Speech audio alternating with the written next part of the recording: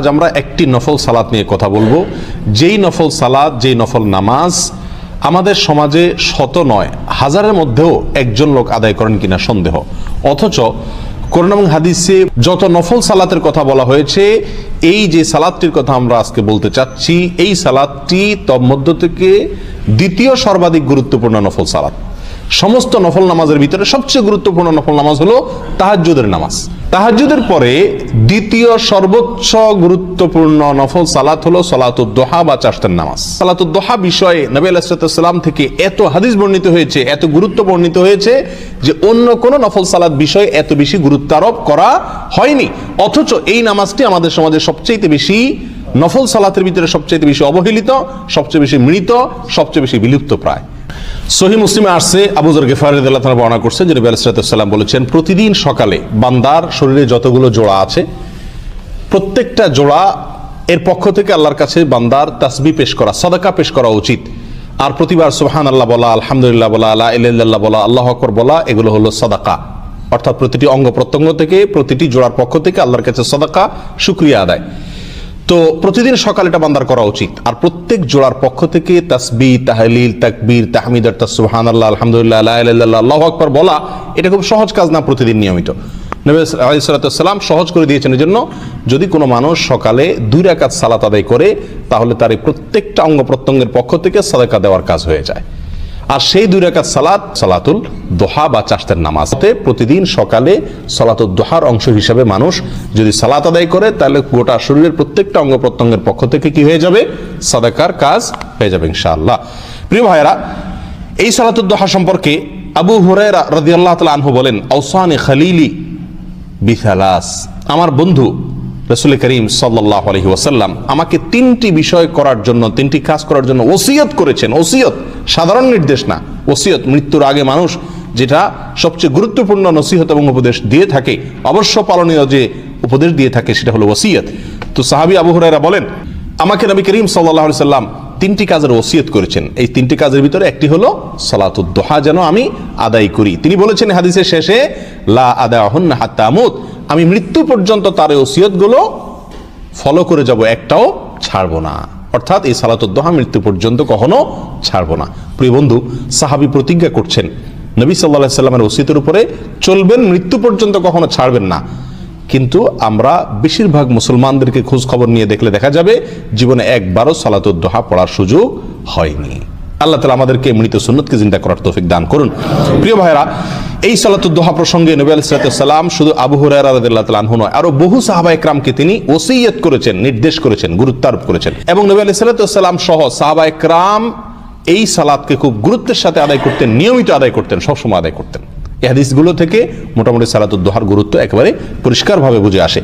আবু হুরায়রা রাদিয়াল্লাহু তাআলা আনহু থেকে বর্ণিত আরেকটি হাদিস আসছে, যে হাদিসটি ইবনে খুজাইমাতে বর্ণিত হয়েছে। নবী আলাইহিস সালাম বলেছেন, লা ইউহাফিজু আলা সালাতিদ দুহা ইল্লা আওয়াব, সালাতুদ দুহা এটাকে নিয়মিত আদায় করে যে, সে হলেন আল্লাহর আওয়াব বান্দা। আওয়াব, আওয়াবকে যে আল্লাহর দিকে ধাবিত হয়, আল্লাহর দিকে ধাবমান, আল্লাহর দিকে অগ্রসর, আল্লাহমুখী বান্দা, আল্লাহর নেককার বান্দা, আল্লাহর দিকে যেতে চায়, জান্নাত দিকে যেতে চায়, যে এই বান্দা কখনো সালাতুদ দুহা ছাড়তে পারে না। সালাতুদ দুহাকে নিয়মিত পড়ে যারা, তারা আল্লাহর দিকে ধাবমান, আল্লাহর দিকে অগ্রসর বান্দা যারা, তারাই এটাকে কি করে? নিয়মিত আদায় করে। সহিহ মুসলিমের আরেকটি হাদিস আসছে, আম্মা জান আয়েশা রাদিয়াল্লাহু তাআলা আনহা বর্ণনা করেছেন, নবী আলাইহিস সালামের বিষয়ে তিনি বলতেছেন যে, কান রাসূলুল্লাহ সাল্লাল্লাহু আলাইহি ওয়াসাল্লাম ইউসাল্লি দুহা আরবাআন ওয়া ইয়াজিদু মা শা আল্লাহ, নবী আলাইহিস সালাম সব সময় সালাতুদ দুহা আদায় করতেন, 4 রাকাত এবং তার চাইতে বেশিও তিনি আদায় করতেন। তো এই হাদিসগুলোকে যদি আমরা সামনে রাখি, সালাতুদ দুহার গুরুত্ব, চারটার নামাজের গুরুত্ব অপরিসীম আমাদের কাছে একেবারে পরিষ্কারভাবে ফুটে ওঠে। আমাদের সমাজে বহু আমল প্রচলিত আছে, বহু সালাত প্রচলিত আছে, যে সালাতগুলো কোরআন এবং হাদিস দ্বারা সাব্যস্ত না, প্রমাণিত না। এরকম বহু সালাত আমরা খুব গুরুত্বের সাথে পড়ি। যেমন সবে বরাতে আমরা রাতভর জেগে নামাজ পড়ি এবং বিশেষ সংখ্যায় পড়ি, 2 রাকাত 2 রাকাত করে, 100 রাকাত, 10 রাকাত, 20 রাকাত, কত রকম কথা প্রচলিত আছে। অথচ এগুলোর কোনো ভিত্তি কোরআন হাদিস থেকে পাওয়া যায় না। শবে মেরাজ আদায় করে, এরকম আরো বহু নামাজের অস্তিত্ব আমাদের সমাজে আছে, যেগুলোর কোনো অস্তিত্ব কোরআন এবং হাদিসে নাই। কিন্তু এই সালাতুদ দুহার মতো গুরুত্বপূর্ণ সালাত, যেটা সম্পর্কে এমন কোন হাদিসের কিতাব নাই যেখানে পাওয়া যাচ্ছে না, এবং নবী আলাইহিস সালাম নিজে জীবনে ছাড়ছেন না, সাহাবা ইকরামকে গুরুত্ব আরোপ করছেন, ওসিয়ত করছেন এবং বারবার বলছেন, বিভিন্ন সাহাবীদের বলছেন, সেটির অস্তিত্ব আমাদের সমাজে খুঁজে পাওয়া যায় না। কিন্তু যে সমস্ত সালাতের কোনো অস্তিত্ব কোরআন হাদিসে নাই, সেগুলো মাশাআল্লাহ সমাজে দেখা যায় অনেক মানুষ করে থাকেন। আল্লাহ তাআলা আমাদেরকে বুঝার তৌফিক দান করুন। এই চাশতের নামাজ আমরা কিভাবে পড়বো, কোন সময় পড়বো? চাশতের নামাজ বা এই সালাতুদ দোহা পড়ার সময় হলো সূর্য ওঠার 15-20 মিনিট পর থেকে নিয়ে শুরু হয়, একেবারে জোহরের ওয়াক্ত হওয়ার আগ পর্যন্ত এই টাইমের ভিতরে পড়া যায়। ওলামা ইকরামের অনেকে এশাকের সালাতকে আলাদা বলেছেন, অর্থাৎ সূর্য ওঠার পর একটা নামাজ আলাদা বলেছেন 2 রাকাত, আর এরপরে 8টা-9টার দিক থেকে নিয়ে জোহরের ওয়াক্ত হওয়ার আগ পর্যন্ত। অনেক ওলামা ইকরাম বলেছেন সর্বনিম্ন এটা 2 রাকাত, আর অনেকে বলেছেন 4 রাকাত। তো আমি 4 রাকাত পড়লে সবার মত অনুযায়ী মোটামুটি হয়ে যাচ্ছে। 4 রাকাত আমি সর্বনিম্ন আদায় করব, আর 8 রাকাত পর্যন্ত অনেকে বলেছেন নবী আলাইহিস সালাম থেকে সাবেত। আর এই হাদিসে যেহেতু আমাদের আয়েশা মুসলিমের হাদিসে বলেছেন যে ওয়ায়াজিদু মাশা আল্লাহ, এর বেশি তিনি যতটুকু আল্লাহ তৌফিক দিতেন পড়তেন। এই জন্য অনেক ওলামা ইকরাম বলেন কোনো সীমা নাই, আপনি 4 রাকাত, 6 রাকাত, 8 রাকাত যতটুকু সুযোগ পড়েন। বাকি বেশিরভাগ নবী আলাইহিস সালাম থেকে এবং সাহাবা ইকরাম থেকে 8 রাকাতের কথা বর্ণিত আছে। প্রতিদিন না পারেন সপ্তাহে একদিন হলো এই সালাতটা পড়ার অভ্যাস করতে হবে। সাধারণ সূরা কেরাত দিয়ে অন্য সালাতের মতোই পড়তে হবে। এবং এই সালাত যদি আমি পড়ার সুযোগ না পাই, আমার কর্মব্যস্ততার কারণে আমি চেষ্টা করলে আমার দ্বারা যদি সম্ভব না হয়, অন্তত বন্ধের দিনে হলো একবার পড়ি, মাসে হলো একবার পড়ার চেষ্টা করি।